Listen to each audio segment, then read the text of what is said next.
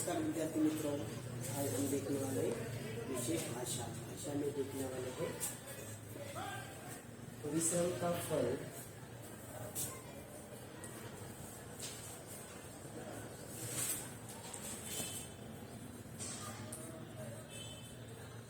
इसमें हम देख रहे हैं उसका स्वार्थ है।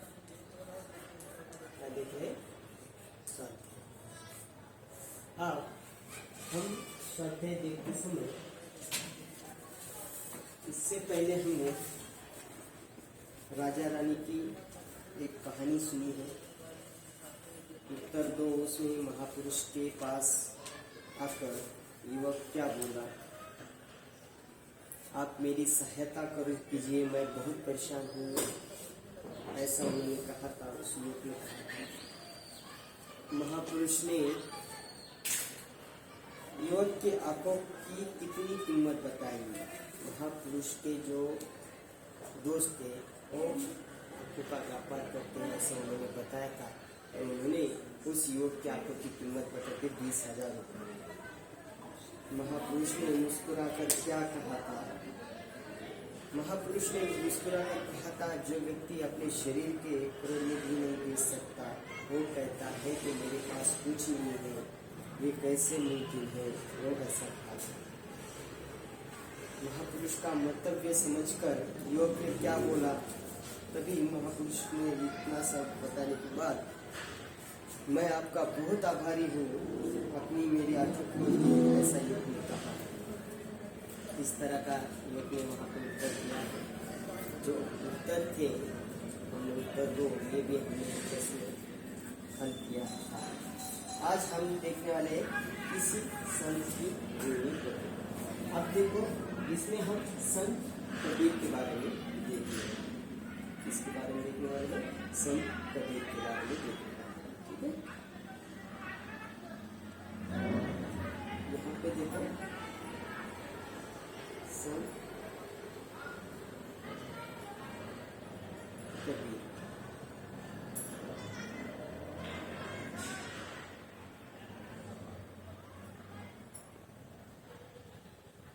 यहाँ पे देखो एक संत 15वीं सदी में हुए वाले वो संत है, उनके बारे में हम जानकारी देखने वाले हैं।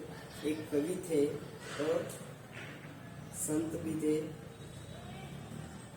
कबीर जी के जो दोहे हैं वो बहुत ही प्रसिद्ध है और हमें वो पता भी है। देखो, इनके बारे में हम आज आपको पढ़कर दिखाने वाले हैं। कबीर या भगत कबीर 15वीं सदी के भारतीय रहस्यवादी कवि और संत थे। वे हिंदी साहित्य के भक्तिकालीन युग में ज्ञानश्रेयी निर्गुण शाखा के काव्यधारा के प्रवर्तक थे। इनकी रचनाओं ने हिंदी प्रदेश के भक्ति आंदोलन को गहरे स्तर तक प्रभावित किया। उनका लेखन सिक्कों के आदि ग्रंथों में भी देखने को मिलता है। वे हिंदू धर्म व इस्लाम को मानते हुए धर्मनिरपेक्ष थे।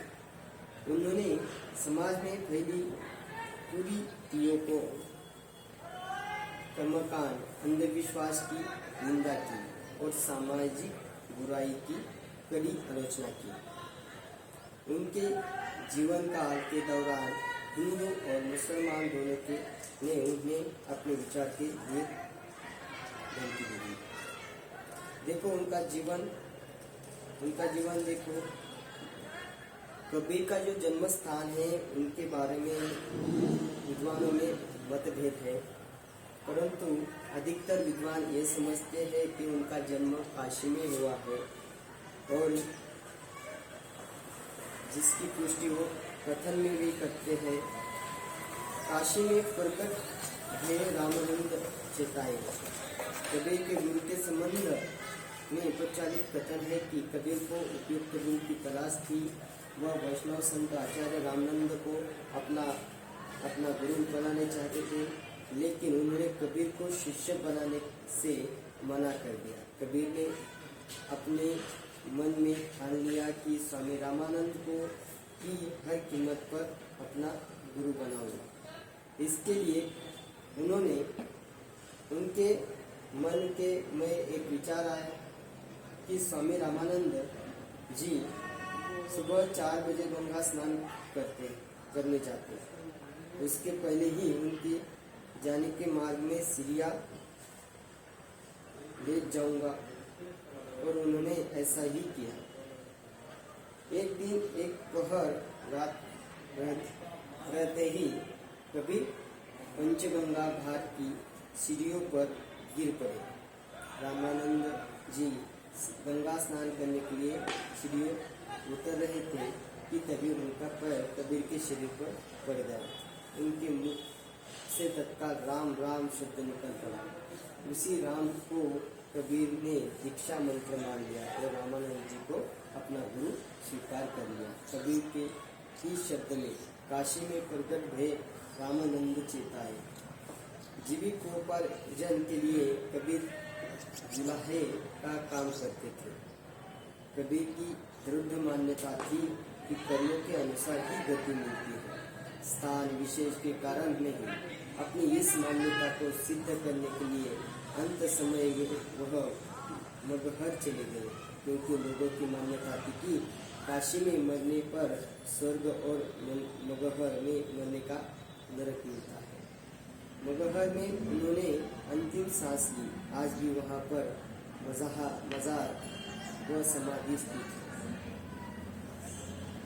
उनकी कृतियाँ देखो, साखी, सबद, रमेनी, उनका ऐसे कुछ कृतियाँ हैं। देखो, ऐसे कवि और संत, उनके बारे में हमने आज इसमें देखा है।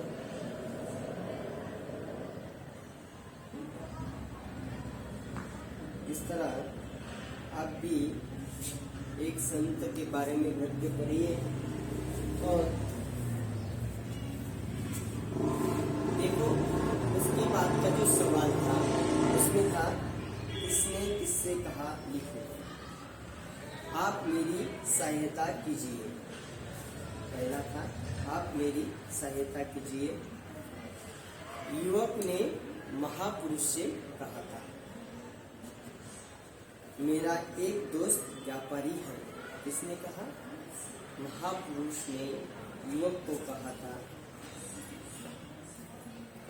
मुझे आपसे यह उम्मीद नहीं थी।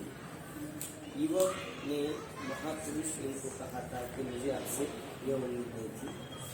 ईमानदारी से मेहनत करो, उन महापुरुष ने उस युवक को कहा था। इस तरह से किसने किससे कहा, यह हमने देख लिया।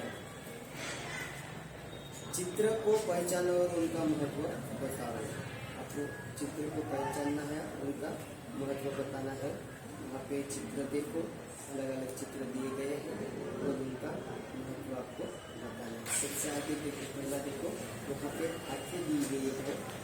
देखो, आंखों का महत्व क्या रहता है कि आंखों से हमें क्या दिखाई देता है, कहाँ पे क्या है। हम आंखों से पढ़ सकते हैं, आंखों से देख सकते हैं। दिखने वाली सब चीज़ें हम आंखों में समा ले सकते हैं। आँख होने की वजह से कहाँ पे चल सकते हैं। क्यों?